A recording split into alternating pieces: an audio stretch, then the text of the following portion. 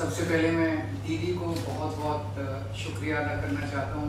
इतना वार्मली हम लोगों को वेलकम किया, इतना प्यार, हमेशा दीदी का प्यार मिलता रहता है हम लोगों को, हमारी बड़ी बहन की तरह हैं दीदी। आज कलकत्ता मेरा इसलिए आना हुआ क्योंकि आप सब लोग जानते हैं जब हमारी 2015 में सरकार बनी थी पहली बार दिल्ली में, जैसे ही हमारी सरकार बनी इन लोगों ने नोटिफिकेशन, केंद्र सरकार ने नोटिफिकेशन पास करके, एक नोटिफिकेशन, सिंपल नोटिफिकेशन पास करके दिल्ली की चुनी हुई सरकार की सारी पावर्स छीन ली कि हम किसी ऑफिसर की ट्रांसफ़र पोस्टिंग नहीं कर सकते, अगर कोई ऑफिसर गलत काम करे तो हम उसकी डिसिप्लिनरी प्रोसीडिंग नहीं कर सकते, ये सारी पावर हमसे छीन ली। 8 साल तक दिल्ली के लोगों ने संघर्ष किया, हम सुप्रीम कोर्ट गए। 8 साल के संघर्ष के बाद सुप्रीम कोर्ट ने हमारे पक्ष में ऑर्डर किया, दिल्ली की जनता जीत गई। लेकिन जैसे ही ऑर्डर आया सुप्रीम कोर्ट का, 1 हफ्ते के बाद इन्होंने ऑर्डिनेंस लाके जो सुप्रीम कोर्ट का ऑर्डर था उसको उन्होंने पलट दिया, और उस दिन पलटा जिस दिन सुप्रीम कोर्ट वेकेशन पे जा रहा था। इसका मतलब इनके दिल में काला था, इन्हें पता था कि अगर सुप्रीम कोर्ट होता तो अगले दिन उसके ऊपर स्टे लग गया था, तो इनका ऑर्डिनेंस गलत है।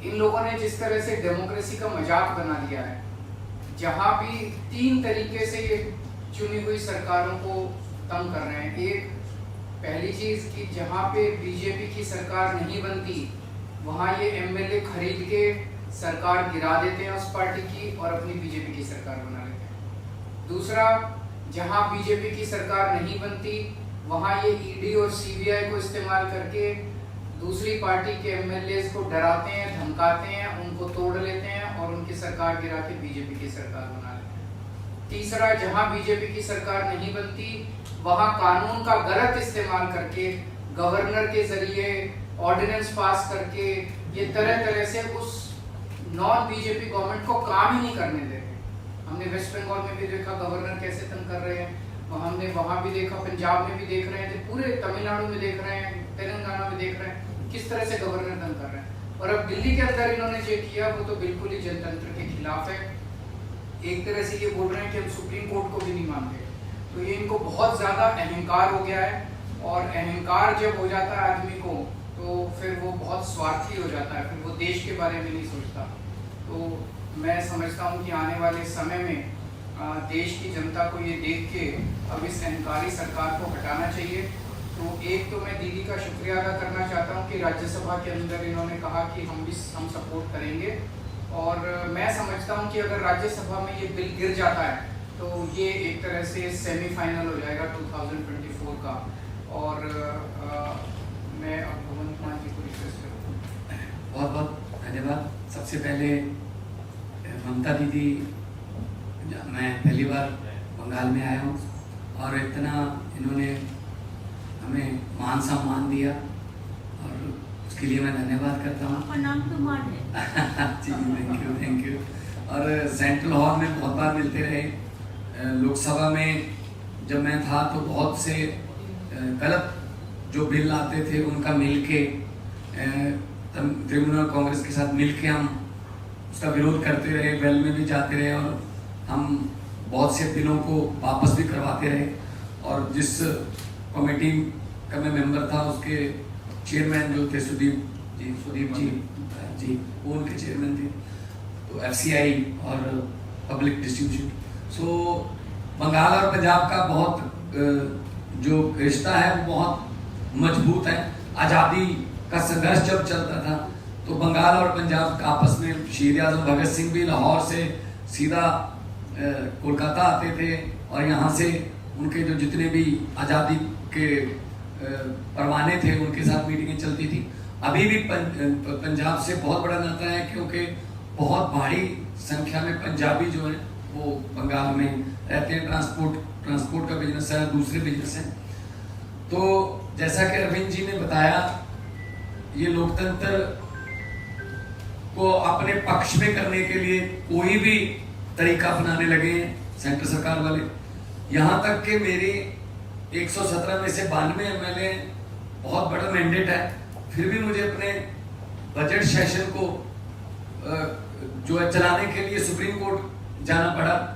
सुप्रीम कोर्ट से उठ रहा है कि राज्यपाल रोक नहीं सकता, बजट सेशन चलना चाहिए, इस लेवल तक हमें तंग करते हैं।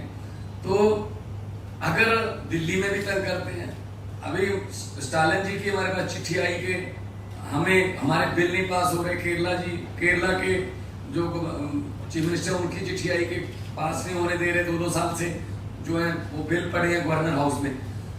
तो मैं ये कहना चाहता हूँ आपके सामने, अगर 30-31 गवर्नर और एक प्रधानमंत्री ने देश चलाना है तो करोड़ों अरबों रुपया चुनाव पे क्यों खर्च रहे हैं? फिर 30-31 गवर्नर और एक प्रधानमंत्री चला लें मुल्क को, देश को। फिर लोकतंत्र का अभी बाहर जाके विदेशों में जाके लोकतंत्र का बहुत ढिढोरा पीटते हैं कि देश सबसे बड़ा biggest democracy in the world, लेकिन जब यहाँ आते हैं तो जाके देखते हैं कि किसी को काम नहीं करने देते। अगर आप इलेक्शन नहीं जीते तो बाई इलेक्शन से जीत जाते हैं। मध्य प्रदेश में भी ऐसा किया, कर्नाटक में भी ऐसा किया था और गोवा में भी ऐसा किया था।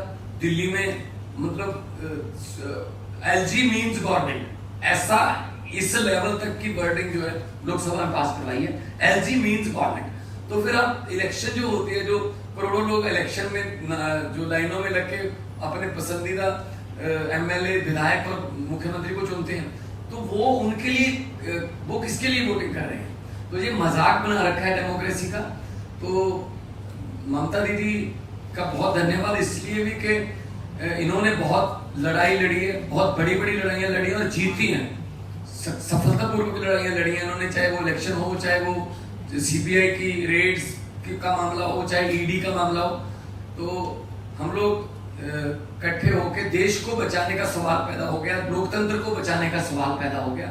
तो पार्टियां आपस में बहुत से पॉलिटिकल या विचारक मतभेद होंगे, लेकिन अगर देश रहेगा तो हम पार्टियां रहेंगे ना। अगर 24 में ये संविधान बदलने की कोशिश कर रहे हैं, हर रोज ही कोशिश करते हैं संविधान बदलने की, तो देश के संविधान को खतरा पैदा कर दिया इन लोगों ने। इतने सत्ता की भूख हो गई या इतना ये अहंकारी हो गए, जैसा अरविंद जी ने बताया। लेकिन हमारे पंजाबी में कहावत है कि हंकार दा सिर नीवा होता है, हंकार हमेशा हारता है और भगवान भी हंकारी बंदे की जो है वो हेल्प नहीं करता। हम लोग सच्चे लोग हैं, हम लोग देशभक्त लोग हैं, अपने अपने फील्ड को छोड़ के हम राजनीति में आए हुए हैं और हम चाहते हैं देश नंबर 1 बने दुनिया में। लेकिन वो तभी बनेगा जब सच्ची नीयत वाले लोग जो है वो आगे आएंगे। मैं आज जो ममता दीदी ने कहा कि इस ऑर्डिनेंस का विरोध करेंगे, डट के विरोध करेंगे राज्यसभा में, उससे हमारा हौसला बढ़ा है और हम चाहते हैं कि जो सारे जहां से अच्छा हिंदुस्तान हमारा, वो वाला नारा जो है वो देखने में भी, ग्राउंड में भी देखने को मिले।